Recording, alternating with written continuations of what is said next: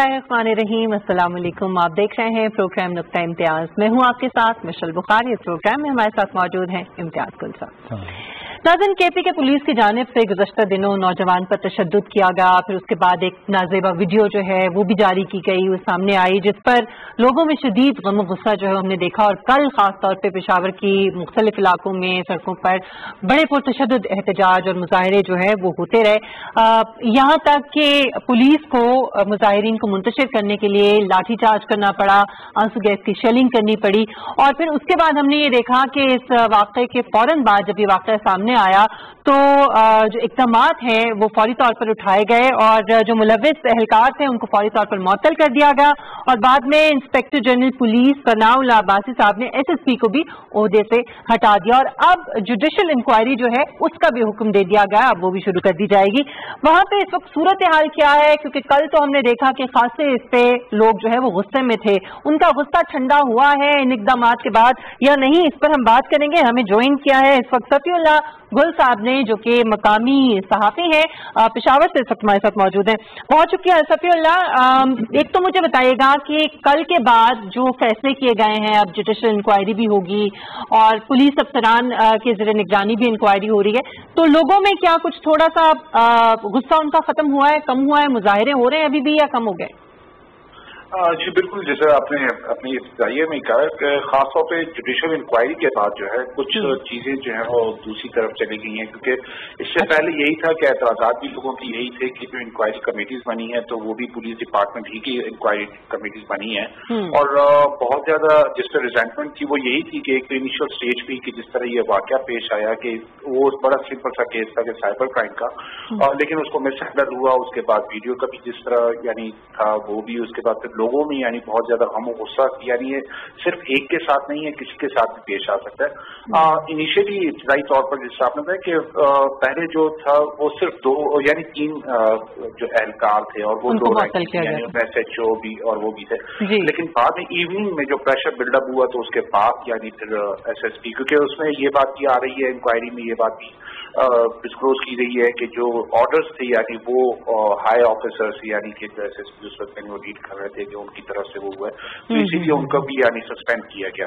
अब ये हुआ है कि जब से यानी कल से यानी जुडिशल इंक्वायरी की जो बात आई है तो वो उसके बाद कुछ चीजें जो हैं वो कूल डाउन हुई हैं और हो रही हैं, क्योंकि कल भी हमने ये देखा कि अगर ये इसी तरह के अगर मुजाहरे होते हैं, कल भी यही हुआ कि तोड़फोड़ भी हुई और नुकसान भी किए। इसी तरह हमने देखा कि ताकाल पुलिस स्टेशन को भी यानी वहां पर भी यानी हमने चीजें देखी कि वो वहां भी इस तरह के हंगामे हुए, मुजाहरे हुए और फिर तोड़फोड़ भी हुई, यहाँ तक कि एक मोटरसाइकिल को यानी थाने के बाहर खड़ी थी उसको भी आग लगाया गया।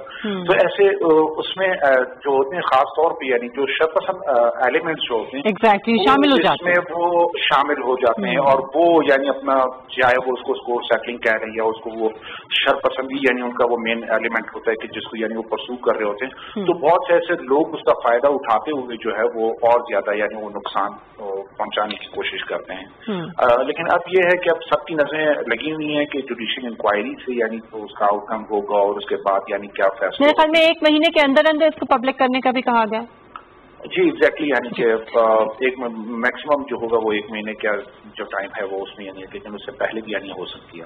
चलिए, बहुत शुक्रिया सफीउल्लाह गुल साहब आपके लिए, आपकी इन्फॉर्मेशन के लिए।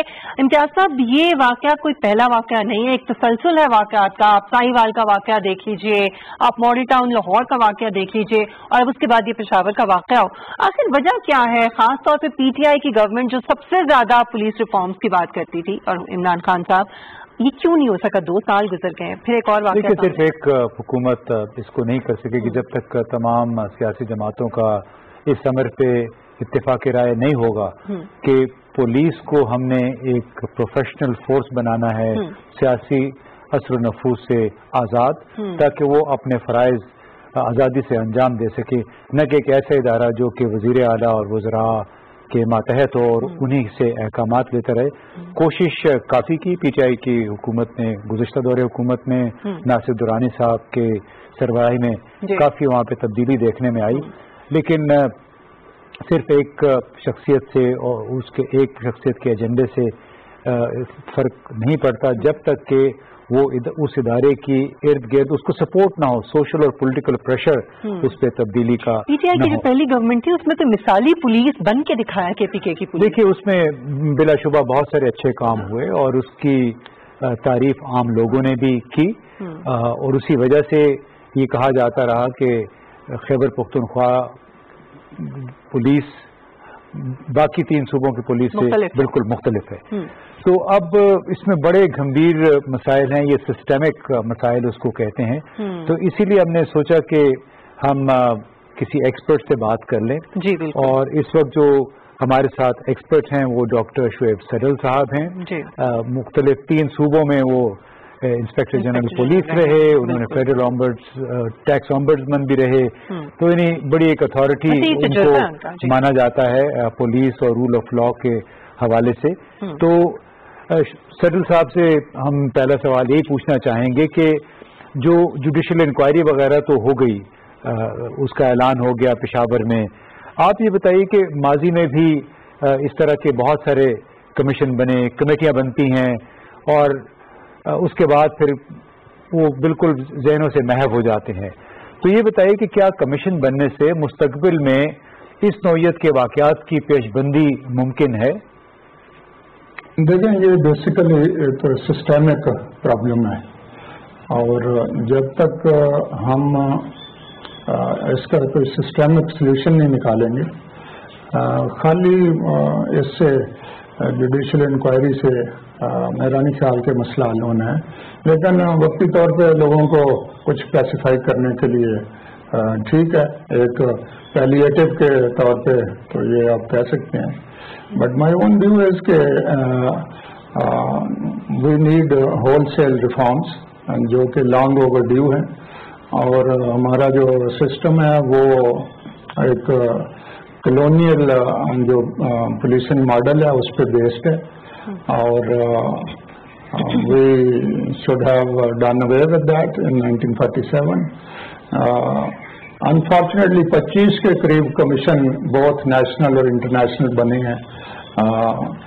मेरा नहीं ख्याल कि पुलिस के अलावा कोई ऐसा सब्जेक्ट है इस मुल्क में कि जिसमें इतनी ज़्यादा इन्वेस्टिगेशंस हुई हैं, और वेदर वो यूएन का कहें, वेदर वो जापानीज मिशन कहें, यूके से चीफ इंस्पेक्टर ऑफ कंस्टेबलरी आया, उसका मिशन है।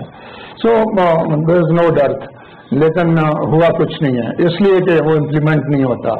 इम्प्लीमेंट इसलिए नहीं होता कि देयर आर वेस्टेड इंटरेस्ट जो उसको अपोज करती हैं। तो मुझे कोई ज़्यादा उम्मीद नहीं है, बट ये है कि hope should be kept alive कि ठीक है, अगर जो जुडिशल कमीशन है उसकी कोई फाइंडिंग ऐसी आती है तो उस पर भी अमल हो जाएगा, तो दैट वुड बी समथिंग।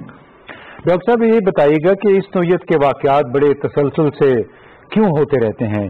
क्या पुलिस के अंदर एहतसाबी मैकेनिज्म की कमी है जिसकी वजह से पुलिस एहलकार हुकाम उनमें कोई खौफ नहीं होता है जब वो इस नौयत की बुनियादी हुकूक की खिलाफ वर्जी कर रहे होते हैं? देखें ना, जब तक आप जो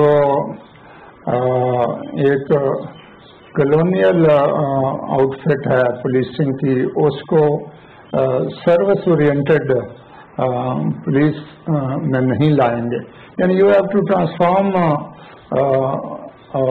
फोर्स इनटू अ सर्विस, तो वो उसका पूरा एक आप समझे कि अपसाइड डाउन करने वाली बात हो जाती है कि आपने हर चीज़ मेरिट पे करनी है।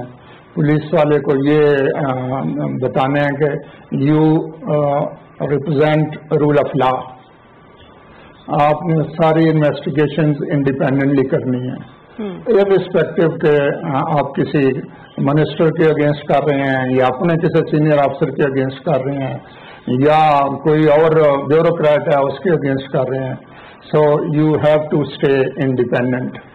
अब वो हमारे कल्चर का एक हिस्सा नहीं है। हमारे कल्चर का हिस्सा ये है कि जो कुछ भी हो हमें लोगों को फेवर्स देनी है, हमें उनके साथ उनका जो इन्फ्लुएंस है उसको अकोमोडेट करना है। तो ये जितने एक्सटेनियस इन्फ्लुएंसेस हैं ये एक लॉ ऑफिसर से नहीं हो सकते। जब तक होंगे यही सिचुएशन रहेगी। تو آپ کو سمپل اسٹیپس ہیں کہ you recruit people on merit, you train them well, you post them according to their qualifications and specializations. You have a very, very independent and ruthless system of accountability, or you promote people on merit. تو یہ basic steps ہیں جو internationally تمام جو اچھی models ہیں policing کے, اس میں یہ شامل ہے. باقی ظاہر ہے اس میں پھر ایکسٹینشنز ہیں کئی قسم کی کہ بھائی کمیونٹی پولیسنگ ہے, جس میں یہ ہے کہ بھائی کمیونٹی کو بھی آپ انوالو کریں, جو آپ کے پالیسی ڈیسیژنز ہیں ان میں وہ آپ کو ہیلپ کریں اور اپنی ان پٹ دیں. بٹ وہ بعد میں چیزیں ہیں, بیسک پرنسپل وہی ہیں کہ آپ اس کو instrument of rule of law بنائیں. اچھا ڈاکٹر صاحب, جو بات آپ کر رہے ہیں اس کا اطلاق تو پھر گورننس کے ہر شعبے پر ہوتا ہے, چاہے وہ پولیس ہو, بیوروکریسی ہو یا سرکاری کارپوریشنز ہوں. تو پھر آخر راہ میں رکاوٹ کون ہے؟ یہ مخالفت کون کر رہا ہے کہ معاملات جو ہیں وہ حل نہیں ہوتے ہیں یا جوں کے توں ہیں؟ بیسیکلی جو انڈر لائن کاز ہے ان سب میں وہ یہی ہے, جو کچھ ایس پہ اپلائی کر رہا ہے پولیس پہ وہی تمام گورنمنٹل سسٹمز پہ اپلائی کرتا ہے, اور اسی لیے وہ تمام کے تمام آپ کو اس وقت تو بیٹھے ہوئے نظر آ رہے ہیں. ابھی آپ دیکھیں کہ جو ہے losses of S O as جو ہیں, جن کو کہتے ہیں ہم پبلک سیکٹر جو انٹرپرائزز ہیں, تو اور اسٹیٹ اونڈ انٹرپرائزز ہیں جو بھی ان کو کہہ لیں, اس میں کیا ہے کہ ہم ایون بورڈز ہم نہیں بنا پا رہے, اور ان بورڈز کو اگر ہم نے ایفرٹ کی بڑی سیریس, ایک دفعہ جب میں تھا ٹیکس اومبڈسمین, تو وہی ایفرٹ جو ہے جس اپوزیشن نے اس وقت اس کو چیلنج کر کے کروائی تھی, جیسے ہی وہ گورنمنٹ میں آئے انہوں نے اس کو انڈو کرا دیا کہ نہیں جی نہیں, یہ ضرورت نہیں ہے اس کی. تو یہ ہے کہ میں سمجھتا ہوں آنیسٹلی کہ جتنی میجر پارٹیز ہیں ان کو مل کے ایک چارٹر آف گڈ گورننس جو ہے اس کو سائن کرنا چاہیے, جس میں یہ ہو کہ جی ہم کوئی غلط کام جو ہے اس کی سفارش نہیں کریں گے, اور نہ اگر غلط کام کہیں ہوتا ہوا دیکھیں گے تو اس میں کسی کو شیلڈ کرنے کی کوشش کریں گے. تو یہ چیزیں ہو جائیں تو ہمارے ملک میں کوئی کمی نہیں ہے. انفارچونیٹلی یہ ہوا ہے کہ یہ جو ویک مینڈیٹ ہے موجودہ حکومت کا, اس کی وجہ سے جن باتوں پہ وہ فلی کمیٹڈ تھے وہ بھی آگے ان کو بڑھا نہیں سکے. تو اٹ از ڈویبل. کوئی جن ملکوں میں پولیس ریفارم ہوئی ہے, جب انہوں نے ریئلائز کر لیا ہے کہ لا انفورسمنٹ ریفارم جو ہے وہ کتنی کریٹیکل ہے اور کتنی کروشل ہے, تو انہوں نے یہ جو پارٹی پالیٹکس ہے اس سے نکل کے تو پھر وہ اس طرف آ گئے ہیں کہ نہیں ہمیں. اب ادھر اگر آپ یہ سمجھیں گے کہ پولیس جو ہے وہ تو ہمارے جوتے سیدھے کرتی رہے اور ملازم رہے گھر کی, اور یہ ہے وہ ہے, اور جس کو چاہیں ہم جس کے اوپر پرچہ کرا لیں, جس کا چاہیں پرچہ واپس کرا لیں, سو اٹس اے جوک. بہت شکریہ ڈاکٹر شعیب سلیل صاحب آپ کے وقت کے لیے. جاز صاحب, انفلوئنسز ہیں جی, ویسٹڈ انٹرسٹ ہیں, لوگوں کو فیورز دینا, یہ وہ تمام چیزیں ہیں کہ جو ہو رہی ہیں تمام اداروں میں, اور پولیس جو ہے وہ سر فہرست ہے. تو اس کا حل کیا ہے؟ کچھ اس سے پر امید نہیں ڈاکٹر صاحب نظر آ رہے تھے. جی, اس میں میرا خیال ہے جو ان کا لب لباب یہی تھا کہ اس ملک میں چونکہ 70-72 سال سے خاص نظام چل رہا ہے, ہمارا پولیس کا نظام بھی آپ کو معلوم ہو کہ 1861 کا ایک پولیس ایکٹ تھا جو انگریزوں نے بنایا تھا. بنیادی طور پہ آج بھی انہی خطوط پہ ہماری پولیس کام کر رہی ہے. 2002 میں ایک پولیس آرڈر آیا تھا جو کہ پنجاب میں اور خیبر پختونخوا میں جس کا اطلاق ہوا, لیکن سندھ میں ابھی تک 1861 کا پولیس ایکٹ چل رہا ہے. بلوچستان میں ایک کھچڑی ہے, اے ایریا اور بی ایریا, وہ حالانکہ جنرل پرویز مشرف کے زمانے میں یہ ختم کر دیے گئے تھے تاکہ ایک پولیس فورس ہو بلوچستان میں, لیکن جو ہی سیاسی جماعتیں برسر اقتدار آئیں انہوں نے وہ اے بی ایریا دوبارہ بحال کر دیا, کیونکہ جب وہ ختم ہوا تھا उससे बहुत सारे कबायली सरदार थे बलूचिस्तान के जिनकी रोजियों पे लात पड़ गई थी, क्योंकि AB निज़ाम के तहत जो खासदार लेवीज होते हैं वो होते हैं बराह रास्त मुतल्लिका जो सरदार नवाब होते हैं उनके ज़ेर असर अपने अपने इलाकों में, तनख्वाहें उनको होम डिपार्टमेंट से मिलती हैं, जबकि वो उनको ट्रीट करते हैं अपने ज़ाती लश्कर के तौर पे, तो वो दोनों फराइज अंजाम दे रहे होते हैं। लिहाजा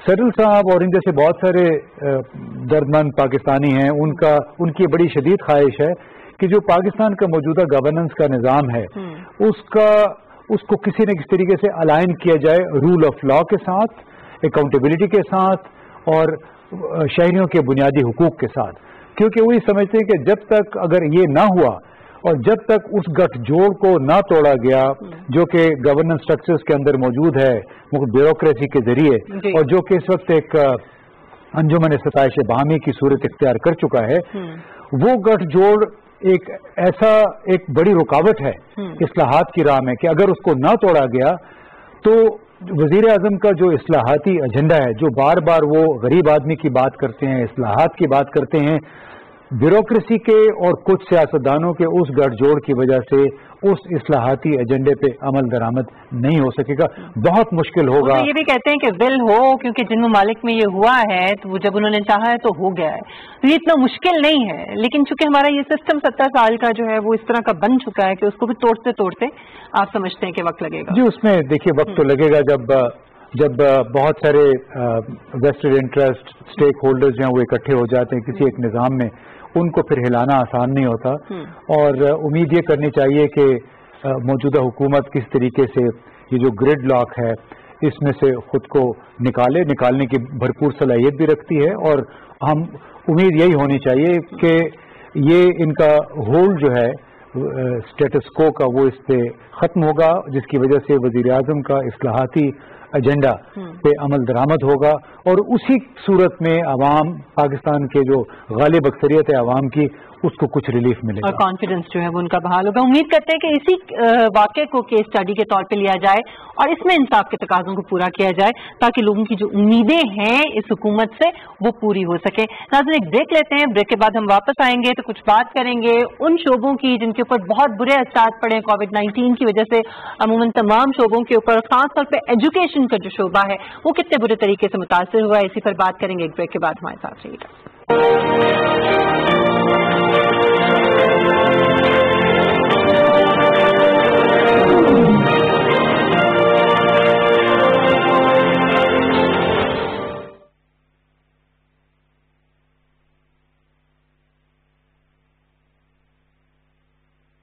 मुल्क के कोने कोने से सहाफियों की सबसे बड़ी और मजबूत टीम के साथ तमाम बड़े शहरों से बैक वक्त शाया होने वाला पाकिस्तान का पहला अखबार रोजनामा नई बात। आज ही अपने अखबार फरोश से तलब करें। सीनियर सहाफी जाहिद फारूक मलिक की ज़ेर इदारत जुड़वा शहरों से शाया होने वाला पहला मुकम्मल मकामी अखबार रोजनामा मेट्रो आज, जिसमें मकामी खबरों के अलावा शामिल होती हैं तमाम कौमी और बैन अवी खबरें। दौरा जदीद के तकाज़ों के मुताबिक अब तमाम social media tools Facebook, YouTube और ट्विटर पर भी दस्तियाब है। आज ही अपने हॉकर से अपनी कॉपी बुक करवाएं या विजिट करें www.metrowatch.com.ck।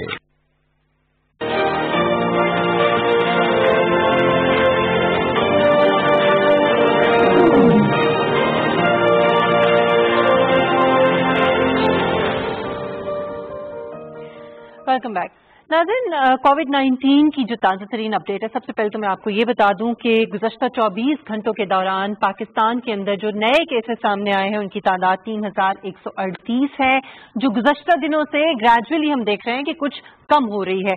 और अमवात जो हैं गुज़श्ता 24 घंटों के दौरान 74 लोग जो हैं वो अपनी जानों से गए हैं कोविड-19 की वजह से, जबकि जो टोटल टेस्ट हुए हैं 24 घंटों के दौरान वो 21,033 है, और टोटल जो तादाद है मुतासरीन की इस वक्त पाकिस्तान में 1,98,800 80 अफराद जो है वो कोरोना पॉजिटिव पाकिस्तान के अंदर अब तक हुए हैं। नाज़रीन, कोविड-19 की वजह से जहां जो मुख्तलिफ शोबे हैं जिंदगी के वो मुतासर हुए हैं, उनमें जो एजुकेशन का शोबा है जो पहले ही बहुत ज्यादा आइडियल नहीं था पाकिस्तान के अंदर और बहुत से मसाइल का शिकार था, वो बहुत बुरे तरीके से मुतासर हुआ है।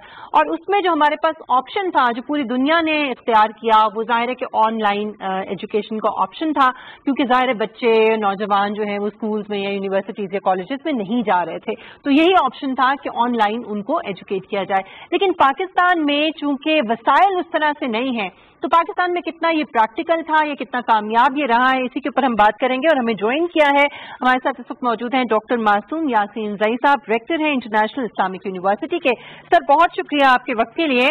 सर, आपसे जानना चाहूंगी कि काइंडली, जाहिर है अब हमने ये 2-3-4 महीने जो है वो देखा भी है इसको एक्सपेरिमेंट करके।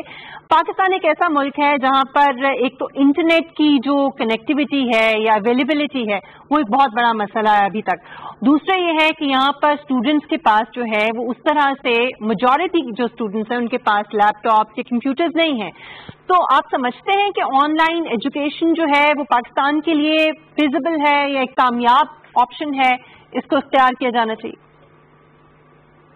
बिस्मिल्लाहिर्रहमानिर्रहीम, थैंक यू वेरी मच।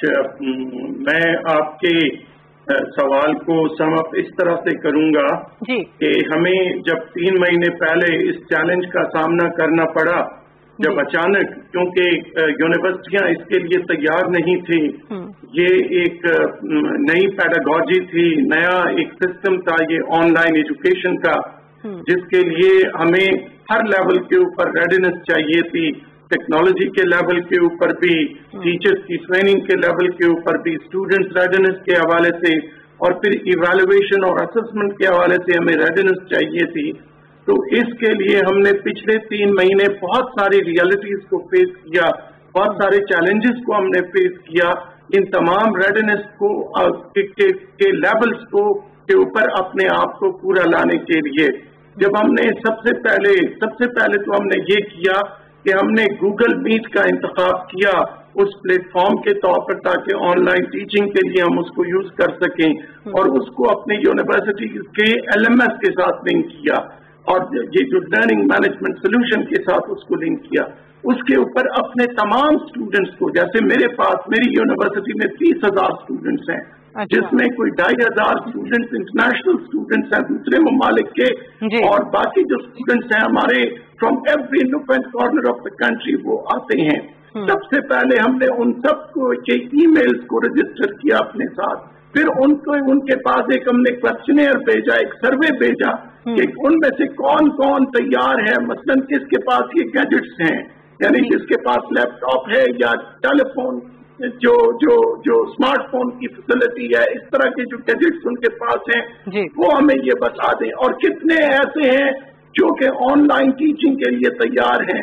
तो मुझे ये बताकर खुशी महसूस हो रही है कि 80% स्टूडेंट्स ने हमें रिस्पॉन्ड किया कि हम इस ऑनलाइन टीचिंग के लिए तैयार हैं, और वो जो है फिर हमने टीचर्स के ऊपर तवज्जो दी, क्योंकि हम टीचर से एक नया काम देना चाह रहे थे, ये एक नई पेडागॉजी थी, नया तरीक़ेकार था। इसके ऊपर उनसे हमने सबसे पहले उनकी ट्रेनिंग करवाई, बहुत ही यानी इंटेंसिव ट्रेनिंग उन सबकी इंडिविजुअल लेवल तक हर टीचर की हमने कराई। फिर उनको ये सिखाया कि ई फोल्डर आपने कैसे बनाना है, आपने अपने लेक्चर्स इसके ऊपर अपने ई फोल्डर में कैसे स्टोर करने हैं, आपके लेक्चर्स हैं, शॉर्ट वीडियोस हैं, क्विजेज हैं, असाइनमेंट्स हैं, ये सारे के सारे सिंक्रोनस और एसिंक्रोनस मोड दोनों हमने यूज किए, ताकि स्टूडेंट्स और टीचर्स के दरमियान जो इंटरेक्शन है वो लोग जो सिंक्रोनस मोड में, डायरेक्ट मोड में आ नहीं सकते, उनके लिए भी ये अपॉर्चुनिटी हो कि वो एसिंक्रोनसली टीचर के साथ लिंक अप कर लें और अपना ये सिलसिला जो है वो जारी रख सकें। तो ये एक नॉर्मल सिचुएशन नहीं है, ये इमरजेंसी सूरत हाल है। स्टूडेंट्स को भी इस चीज को करना होगा, रियलाइज करना होगा। हम टीचर्स को भी, जिससे हम ये एक्स्ट्रा काम ले रहे हैं, इस तरह से काम ले रहे हैं, उनको भी रियलाइज करना है, सोसाइटी को भी रियलाइज करना है। और फिर ये है कि ये एक चैलेंज है हमारे लिए, और इस चैलेंज के अंदर हमने अपने लिए अपॉर्चुनिटीज को तलाश करना है कि फ्यूचर में जब हम हाइब्रिड टीचिंग की तरफ चले जाएंगे, यानी कुछ स्टूडेंट्स को ऑन कैंपस बुलाएंगे, कुछ लॉन्ग डिस्टेंस के ऊपर वो हमारे साथ ऑनलाइन मौजूद होंगे। तो इसके लिए भी हम अपनी अपॉर्चुनिटीज अपने लिए तलाश कर रहे हैं कि हम ऐसी पॉलिसी दे दें ऑनलाइन टीचिंग की हर यूनिवर्सिटी, ताकि वो न सिर्फ इस कोविड की सिचुएशन में हमें हेल्प कर सके, बल्कि आने वाले वक्त में जैसे सारी दुनिया जो है वो ऑनलाइन टीचिंग की ये बड़ा इम्पोर्टेंट है जो आपने कहा कि आने वाले दिनों में हमें कुछ थोड़ा सा इसमें चेंजेस लाने होंगे। इम्तियाज साहब आपसे कुछ पूछना चाह रहे हैं। इम्तियाज साहब। डॉक्टर साहब ये बताइए कि हमारे लिए इसमें मौके तो बहुत हुए, एक नया चैलेंज पैदा हुआ, लेकिन आमतौर पर ये देखा गया कि जब चीन में कोरोना की वबा शुरू हुई और उससे बड़ा वाज़ेह हो गया था कि वो रफ्ता रफ्ता वो मशरिक से ये मगरिब की तरफ और जनूबी एशिया की तरफ ये बहरान सफ़र करेगा, लेकिन पाकिस्तान में 3 महीने तक चाहे वो महकमा सेहत था या यूनिवर्सिटियां थी, उन्होंने खुद को कोई पोजीशन नहीं किया, स्टेट ऑफ प्रिपेयर्डनेस शायद नहीं थी। तो हम किस तरह ये फर्ज कर लें कि जो आप अभी कह रहे हैं या दूसरे हमारे वाइस चांसलर्स, मेरा ख्याल गुज़श्ता दिनों कॉन्फ्रेंस भी आप लोगों की हुई थी तमाम वाइस चांसलर की, कि जो ये कह रहे हैं कि अब मुस्तकबिल में हम इसमें से अपॉर्चुनिटीज़ यानी नए मौके निकालेंगे, तो वो अब मौके क्या है? क्या are we pre positioning ourselves enough ताकि आइंदा जो चैलेंजेस हैं उसका हम सामना कर सकें? मैं आपको ये बताना चाहूंगा कि एक क्लैरिफिकेशन कराना चाहता हूं कि हम अलर्ट हुए 15 मार्च को, जब हुकूमत ने यूनिवर्सिटियां बंद कर ली। हमने 3 महीने कैपेसिटी बिल्डिंग के ऊपर लगाए और फिर हर यूनिवर्सिटी ने, ऑलमोस्ट तमाम यूनिवर्सिटीज, पाकिस्तान की मेजॉरिटी यूनिवर्सिटीज ने ये डिसीजन दिया कि ये 3 महीने हम कैपेसिटी बिल्डिंग करेंगे, technology readiness, teachers readiness, student readiness और इवैल्यूएशन और असेसमेंट रेडीनेस के ऊपर हम अपने आप को तैयार करेंगे और 1 जून से इंशाल्लाह वी विल गो ऑनलाइन। हमने इसी तरह किया। अब 1 जून से हमारी ऑनलाइन टीचिंग शुरू है, अल्हम्दुलिल्लाह बहुत ही कामयाबी के साथ शुरू है। हमने जहां पर ये किया, यानी जो आप तो कह रहे हो कि ये जो हमारी यूनिवर्सिटियां अलर्ट नहीं थी, हम अलर्ट हो गए थे और हमने अल्हम्दुलिल्लाह बहुत सारा काम इस हवाले से कर लिया है। एक चीज जो हमने एक यूनिक फीचर इंट्रोड्यूस करवाया वो ऑडिट का था। ऑडिट 5 लेवल्स के ऊपर, जो कोर्स ऑनलाइन जाना था उसकी 5 लेवल्स के ऊपर ऑडिट। अच्छा, मैं यही मैंने कोर्सेज को जब ओके किया, 4000 कोर्सेज हमने रजिस्टर करवाए। वो 4 के 4000 कोर्सेज जब पहले गो में उनमें से कुछ कोर्सेज रह गए थे, वापस दिखवाए गए कि इनको इम्प्रूव कर लो, तो वो इम्प्रूव होके अब सारे के सारे कोर्सेज ऑनलाइन हो जा रहे हैं। तो हमारे पास अपॉर्चुनिटी ये है कि इंशाल्लाह इसमें अगर हमारे पास कोई लूप होल्स रह जाते हैं, कोई कमी रह जाती है, उसके ऊपर हमने आने वाले सेमेस्टर में काम करना है। क्योंकि अनफॉर्चुनेटली जैसे आप कह रहे हो, हमारा माशरा जो है, हमारे लोग जो हैं, वो इस वायरस को अनफॉर्चुनेटली एक बेहतरीन इंक्यूबेटर प्रोवाइड कर रहे हैं। हम एहतियात नहीं कर रहे, हम SOPs को फॉलो नहीं कर पा रहे, जिसकी वजह से मुझे दीवार के ऊपर क्लियर एक राइटिंग नजर आ रही है कि हमारा अगला सेमेस्टर भी हमारे साथ इस कोविड-19 के साथ गुजरेगा, जिसके लिए हम पूरी तरह से अपने आप को तैयार कर रहे हैं कि स्टूडेंट्स का वक्त भी जाया ना हो, हमारा ये सेमेस्टर भी कंप्लीट हो और हम आगे के लिए भी तैयारी कर सकें। लेकिन डॉक्टर साहब, ये तो दुनिया तो ये कह रही है, जो बाकी बड़े ममालिक हैं वो तो अब ये समझ रहे हैं कि आइंदा जिंदगी के कई साल उनके कोविड के साथ गुजरने हैं और उसके लिए उनको पोजीशन करना है। तो एक बुनियादी सवाल ये पैदा होता है कि क्वालिटी एश्योरेंस ऑनलाइन एजुकेशन के जरिए, इसके लिए क्या किया जा रहा है?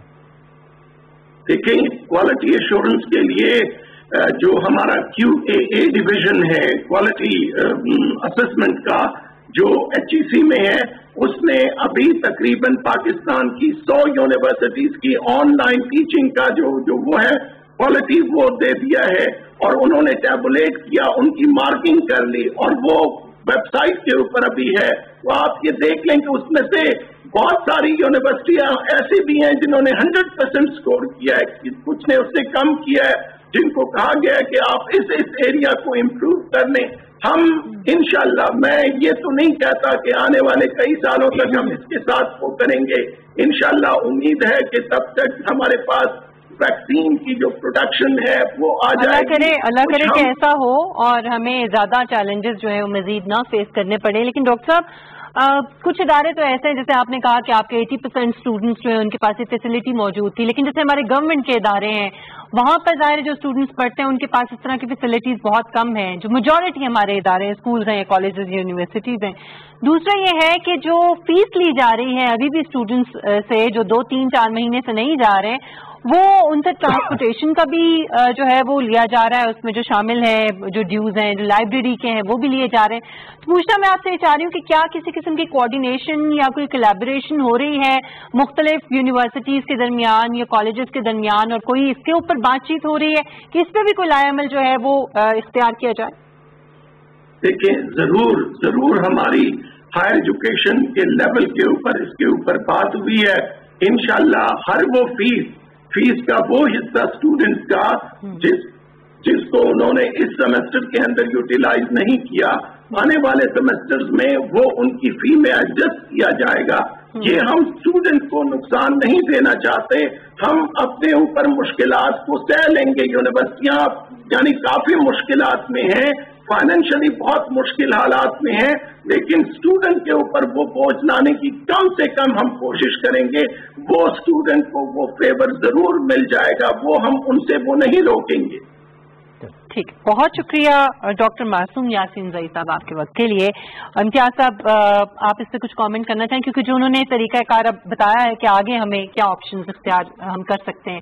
कुछ स्टूडेंट्स को जिनके पास फैसिलिटीज नहीं है उनको कैंपस में बुलाया जा सकता है, कुछ स्टूडेंट्स को ऑनलाइन जो है वो एजुकेट किया जा सकता है। ये हो पाएगा? देखिए, बुनियादी तौर पे तो ये मसला है हायर एजुकेशन कमीशन का और जो सूबाई हायर एजुकेशन डिपार्टमेंट्स हैं उनका, कि किस तरह वो निजी और सरकारी यूनिवर्सिटियों को मिला के उन्हें एक मुस्तकबिल के फीसों के स्ट्रक्चर पे आमादा करते हैं। ये अकेले कोई एक यूनिवर्सिटी खुद ये काम नहीं करेगी, बल्कि इसके लिए जरूरी होगा कि हुकूमत तमाम निजी और सरकारी यूनिवर्सिटियों को ऑन बोर्ड ले। वैसे हायर एजुकेशन कमीशन अपनी मीटिंग्स वगैरह इस सिलसिले में कर रहे हैं यूनिवर्सिटियों के साथ, लेकिन किस हद तक प्राइवेट यूनिवर्सिटियां, जो कि अब तादाद में काफ़ी हो गई हैं, 50 से ज़्यादा हो गई हैं, वो इस पूरे प्रोसेस में शामिल हैं, हमें ये नहीं मालूम। एक बात वाज़ेह है कि जब तक हुकूमत इस हवाले से टॉप से एक वाज़ेह हिकमत अमली नहीं बनाएगी, जब तक हमारे वफाकी वज़ीर तालीम शफकत महमूद साहब इस हवाले से तमाम यूनिवर्सिटियों के साथ मिल बैठ के एक मैकेनिज्म तैयार नहीं करेंगे, आपको शिकायत राइट लेफ्ट से आती रहेंगी। क्योंकि बदकिस्मती से इस माशरे में जहाँ बहुत अच्छे लोग हैं, लेकिन उसके साथ ऐसे भी लोग हैं, उसमें एक आध कोई इदारा होता है, कोई एक आध शख्स होता है जो ऐसा कदम उठाता है जो कि पूरे सेक्टर की बदनामी का सबब बन जाता है। तो इसलिए उम्मीद हम यही करेंगे कि आने वाले दिनों में कब लिस्ट के स्कूल कॉलेज दोबारा खोलने का फैसला किया जाए, कोई इस हवाले से मुश्तरका लाएअमल सामने आ चुका है, और ये इसके ऊपर करना पड़ेगा फौरी तौर पे, क्योंकि ये जो वक्त है इसको हम मजीद ज़ाया नहीं कर सकते, क्योंकि अभी कुछ कहा नहीं जा सकता कि कब तक हमें कोविड-19 के साथ और इन हालात के साथ जो है वो रहना पड़े। एक ब्रेक लेते हैं नाज़रीन, ब्रेक के बाद वापस आएंगे तो अफगान पीस प्रोसेस के हवाले से बात करेंगे कि आखिर उसमें रुकावटें क्या हैं, और ब्रेक के बाद मिलते हैं हमारे साथ।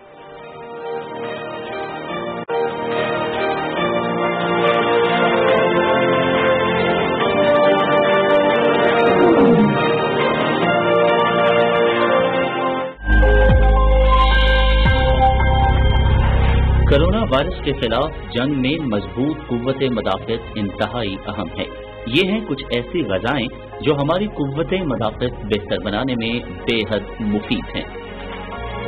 कुव्वत मदाफ़त पैदा करने वाले फल: चकोतरा, माल्टा, लीमू। पपीते में विटामिन सी का जखीरा होता है। दिन भर में दरकार विटामिन सी की मिकदार का 234% एक पपीते से हासिल हो सकता है। कीवी में न सिर्फ विटामिन सी बल्कि पोटेशियम की भी वाफिर मिकदार मौजूद होती है।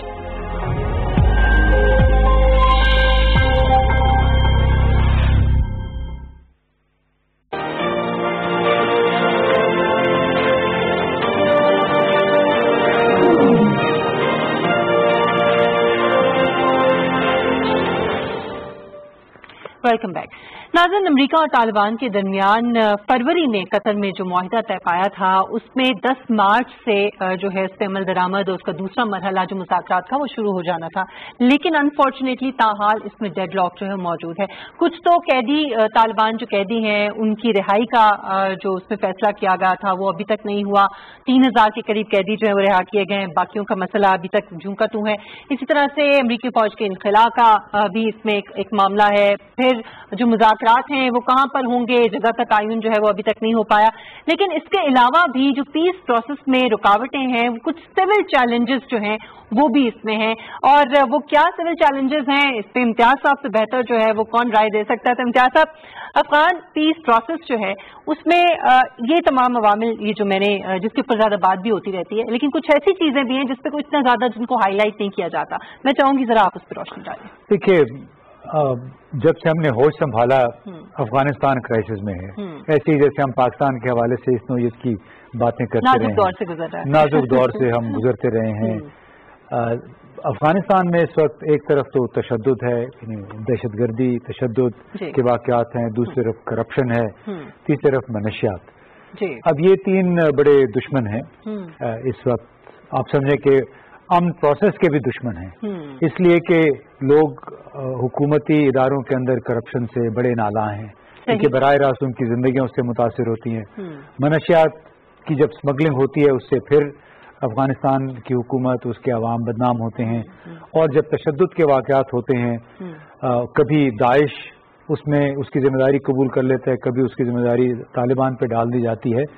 तो वैसे तो मजमूई ये 3 बड़ी रुकावटें अमन प्रोसेस की राह में आ जाती हैं। आप इससे अंदाजा लगा लें कि आज सुबह भी एक बहुत अफसोसनाक वाक़या हुआ, काबुल में एक बम धमाका हुआ और उसमें Afghan independent human rights commission के 2 अहलकार जा बहक हो गए।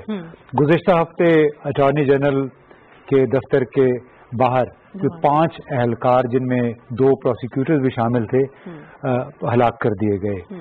अब एक और बड़ी खबर आई है अफगानिस्तान के हवाले से न्यूयॉर्क टाइम्स में, और दुनिया भर में से तो गर्दिश कर रही है, जिसमें दावा ये किया गया कि रूस ने तालिबान के कुछ धड़ों को कुछ ऐसी तरगीबात दी कि वो अमेरिका और इत्तेहादी अफवाज के फौजियों पे, उनके जो बेसेस हैं उन पे हमले करें। ठीक। अब उससे काफी एक हंगामा मचा हुआ है। सदारती जो दफ्तर है सदर ट्रंप साहब का, वो भी परेशान है कि क्या वाकईतन ऐसा हुआ है। अब कतई नजर इसके कि हुआ या नहीं, जहां कॉन्फ्लिक्ट होती है, जहां पे जंग होती है, फिर हर किस्म के उसमें फैक्टर्स, एक्टर्स उसमें शामिल हो जाए, कूद पड़ते हैं अपने अपने मफादात की बरारी के लिए, अपने मफादात के तहफ़्फ़ुज़ के लिए। अब इसमें अब देखिए कि अफगानिस्तान में अमेरिका के गुज़श्ता तकरीबन 20 बरसों के दौरान 2000 अरब डॉलर वो खर्च कर चुके हैं। अब जाहिर है इसका ज्यादातर हिस्सा जो है तकरीबन 1.4 ट्रिलियन डॉलर वो उनके फौजी ऑपरेशन थे, क्योंकि फौज एक मौके पे बहुत ज्यादा थी और हर फौजी पे कोई $1 मिलियन सालाना खर्च होता है अमेरिकी फौजी पे। तो उस हवाले से 2012 में अफगानिस्तान के लिए अमेरिकी जो सदर थे ओबामा, उन्होंने एक इदारा क्रिएट किया, special inspector general for Afghan reconstruction, cigar उसको कहते हैं, SIGAR। और की रिपोर्ट गालिबन जो जी, तो उनका बुनियादी फरीजा ये था कि अफगानिस्तान के अंदर जितने रुकूम गई हैं, अरबों डॉलर गए हैं, उसका अंदाजा लगाया जाए कि उसमें किस हद तक मुनासिब अंदाज में, करप्शन फ्री अंदाज में वो पैसा खर्च हुआ है। अब इसी से आप अंदाजा लगा लें कि जब मार्शल प्लान था दूसरी जंग अजीम के बाद जर्मनी को दिया गया था, उसमें सिर्फ $13 अरब अमेरिका ने दिए थे जर्मनी की तामीर नौ के लिए। तामीर नौ की मद में अफगानिस्तान को अब तक $105 अरब से ज्यादा मिल चुके हैं। जॉन सॉपको हैं जो उनके जो स्पेशल इंस्पेक्टर जनरल है अमेरिका के, उनका ये कहना है कि इन $105 अरब में से कम 16 अरब की करप्शन हुई है। यानी जहां पे ये पेन आपको अगर $1 में मिलना था तो वो दिखाया गया $5 में, $10 में, تو اس طرح کے بہت سارے منصوبوں کی انہوں نے نشاندہی کی. اب اندازہ لگائی کہ جب اتنی اعلیٰ سطح پہ ڈالرز جب بڑھتے ہیں اور جو منصوبوں کے لیے دیے جا رہے ہیں اس کا براہ راست اثر آپ کے گورننس سٹرکچرز پہ بھی پڑتا ہے. گورنمنٹ کے اندر متعلقہ وزیر، مشیر، جو حکام ہوتے ہیں وزارت خارجہ میں، وزارت دفاع میں، وہ بھی تو متاثر ہوں گے نا ان ڈالر سے جو کہ امریکی کانٹریکٹرز وہاں پہ خرچ کر رہے ہیں. تو اس کا نتیجہ یہ نکلا کہ کرپشن ایک ناسور کی طرح وہاں پہ پھیل گئی. اس نے حکومت کے لیے، موجودہ حکومت کے لیے بھی بہت مشکلات کھڑی کی ہوئی ہیں. میں پڑھ رہی تھی کہ رول آف لا کا بہت زیادہ مسئلہ ہے، انفلوئنس کیا جاتا ہے، پولیٹیکل انفلوئنس جو ہے وہ بہت زیادہ ہے پولیس کے اوپر. اس کی وجہ سے بھی عوام جو ہے وہ بہت تنگ ہے. اور اس کے علاوہ جو ہم اوپیم کی پیداوار اور جو اس کی ایکسپورٹ ہے، اگر 80% اس کے اوپر ڈپینڈنٹ ہے، جو افغان اکنامک گروتھ ہے اس کا میجر سورس ہے، تو آپ دیکھیں کہ وہ کیسے اس کو ختم کیسے کریں گے اور اس کی رکاوٹ جو ہے وہ کس طرح سے ہوگی. بڑا مشکل ہے. یہ کہا جاتا رہا کہ جہاں ایک طرف افغانستان گزشتہ 19 برسوں کے دوران ایک نارکو اسٹیٹ یعنی منشیات برآمد کرنے والی یا اسمگل کرنے والی قوم کی حیثیت سے ابھرا، دوسری طرف وہاں پہ امریکی امداد نے اور اس کے جو اتحادی تھے وہ جس انداز میں وہاں پہ ڈالر خرچ کرتے رہے ہیں، انہوں نے ایک نئے کلچر کو جنم دیا، کرپشن کا کلچر.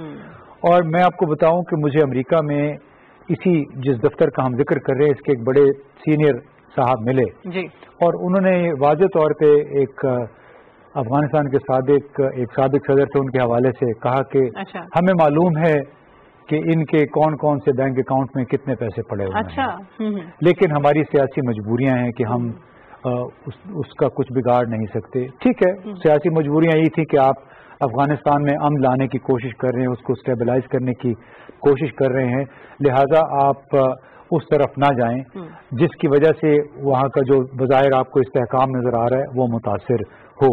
لیکن جان سوپکو بار بار یہ کہتے رہے کہ امریکی حکومت کی غیر دانشمندانہ پالیسی کی وجہ سے افغانستان میں کرپشن کے ایک نئے کلچر نے جنم لیا ہے. اور دوسری طرف یہ بھی ہوا کہ چونکہ امریکی امداد یا ریکنسٹرکشن کا زیادہ تر کام ہوتا ہے کانٹریکٹرز کے ذریعے، یعنی کسی ملک میں اگر ایک امریکی فوجی تعینات ہے اس کے لیے 1.5 کانٹریکٹرز ہوتے ہیں، یعنی 10 فوجیوں کے لیے 15 کانٹریکٹرز وہاں پہ لگائے جائیں گے. تو اس وجہ سے جو چیز یعنی ہر چیز کی پرائز جو ہے انفلیٹڈ ہے اور اس کی وجہ سے، بلکہ مجھے یاد ہے کہ ایک دفعہ Afghanistan chamber of commerce and industries کا اس کے ایک صدر نے کہا کہ ہم سمجھتے ہیں کہ ہمیں ریکنسٹرکشن کے نام پہ جو پیسے مل رہے ہیں اس کا تقریباً 80% کرپشن کی نظر ہو جاتا ہے اور 60-70% تو کبھی افغانستان آتا ہی نہیں. اچھا جی، تو اس میں پھر موجودہ حکومت کے لیے پھر کافی مشکلات. صحیح. بس لاسٹ منٹ ہمارے پاس ہے، میں کوئکلی آپ سے پوچھنا چاہوں گی کہ جو ڈرگس کی جو انکم آتی ہے وہاں پہ وہ وار فائنینسنگ کا بھی ایک جو ہے وہ بنتا ہے ریزن، تو ذرا اس کو بھی تھوڑا سا، اس میں طالبان کا خاص طور پہ جو ہے وہ بڑا. دیکھیے طالبان کا طریقہ کار یہ ہے کہ افغانستان میں عشر کے نام سے ایک ٹیکس مانا جاتا ہے بہت پرانے زمانے سے. تو طالبان اپنے زیر قبضہ علاقوں میں یا جہاں پہ ان کا اثر زیادہ ہے وہ کسانوں کے کاشتکاروں کے پاس جاتے ہیں اور ان سے عشر مانگتے ہیں. عشر کوئی 2.5% ایک لحاظ سے ٹیکس ہوتا ہے. تو جہاں سے بھی ان کو اس سے کوئی تعلق نہیں ہے کہ ٹرک میں یا گاڑی میں چرس ہے، افیون ہے یا ہیروئن ہے. صحیح. وہ یہ کہتے ہیں کہ اس کا جو 2.5% ٹیکس بنتا ہے وہ آپ ہمارے حوالے کر دیں، پھر آپ یہاں سے زراعت میں سے جو شہر ہمارا بنتا ہے وہ. تو یعنی وہ صرف یہ ایک ذریعہ آمدنی تھا طالبان کے لیے، اپنی جو جنگی کارروائیاں وہ جاری رکھیں. اس کے علاوہ اور بہت سارے ذرائع تھے، اس کا ذکر ہم پھر کسی اور آنے والے دنوں میں انشاءاللہ کریں گے. بہت سے چیلنجز ہیں جو افغان پیس پروسیس کی راہ میں حائل ہیں، اور انشاءاللہ کل بھی ہم کچھ نئے موضوعات کے ساتھ ایک بار پھر آپ کی خدمت میں حاضر ہوں گے. تب تک کے لیے اجازت دیجیے، اپنا بہت خیال رکھیے گا. اللہ حافظ.